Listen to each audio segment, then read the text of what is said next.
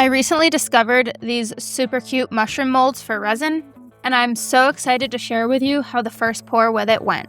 I started with the mushroom cap. The inside of the mold has impressions that are kind of egg-shaped that are ultimately the spots on the mushroom. I started by using the powdered pigments. I chose gold and just kind of painted them into these crevices. I left the excess pigment that kind of fell to the bottom of the mold stay in there, as I felt it would look like the spots on a mushroom that grows naturally. Then mixed up my resin and split off my two accent colors, black and gold, into smaller cups to mix. Both of these are simple Pearl-X pigments. One is metallic gold, one is solid black. For the main color, I want it to be transparent, so I'm going to choose to use an ink dye. In this case, I chose cyan, which is a greenish blue color. I then made sure that the molds didn't have any fuzzies hanging out on them. When I started to pour, I left the stir stick in the cup and very quickly realized that that was not something I wanted to do. So I got as much of the resin off of the stir stick as I could and then proceeded with my pour. I knew the mushroom cap was going to take a lot of resin. It actually took more than I had expected to. I didn't measure the molds ahead of time. There's a couple different ways you can do it. Probably the most common is to fill the mold with water and dump that into a measuring cup, or fill it with rice and dump it into the measuring cup. I was being kind of impatient. I didn't want to have to wash the dust out from using rice or wait for it to dry after using water. So I went with an estimate, and as you'll see in a minute, I was close, but not quite.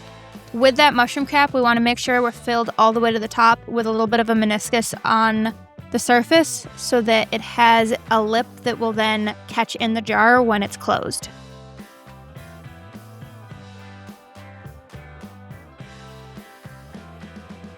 Then I moved on to the base. The base is poured upside down, so whatever color I put in first is what is going to be in the closest contact with the lid when it's flipped upright and out of the mold.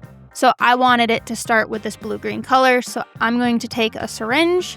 You can see there I'm drawing the resin up into the syringe, and then I'm carefully going to go around the edges and squirt the resin into the bottom of the mold. I had expected to have a little bit more of the cyan tinted resin left, but I was able to get about 2 syringes worth out of the main cup.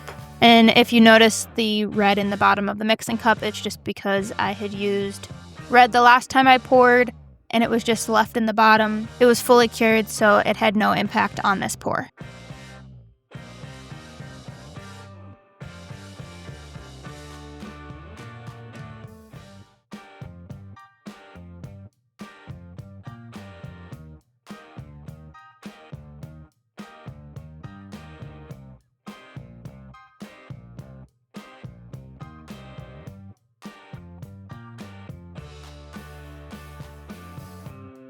I then repeated this syringe process with the black. I wasn't quite as neat with the black as I was with the cyan, so a little bit got on that surface. You'll probably see in the next shot that I tried to scrape it off with the mixing knife, and it kind of went down the side.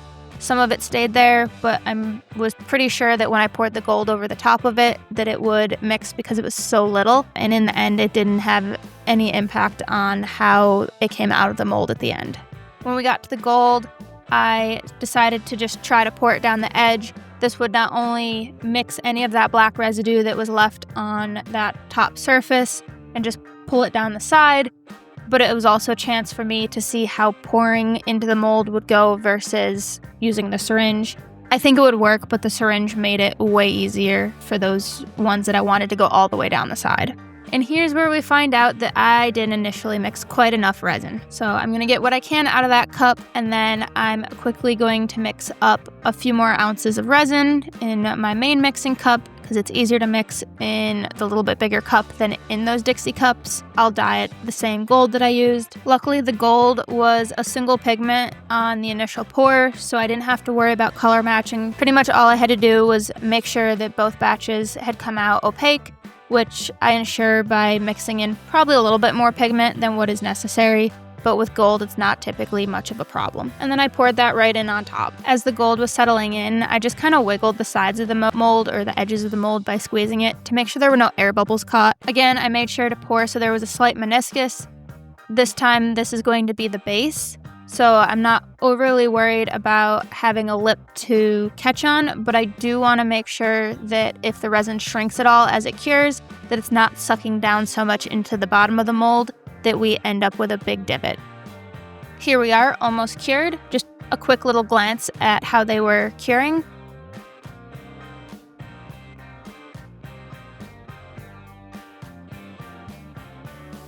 And then it was time to demold. I can say these weren't the easiest thing that I've ever demolded, but they didn't rip, they didn't crack. I hadn't used any mold release on them, and I really didn't have any problem with them sticking.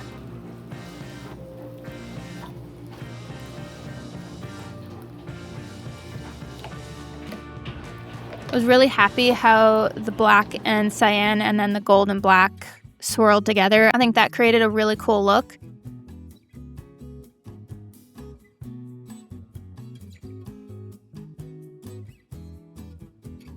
As for the top, I'm very happy with the transparency. That really doesn't have much to do with the mold, but more to do with the type of resin I used and ensuring that it didn't cure too fast and trap too many bubbles inside of it.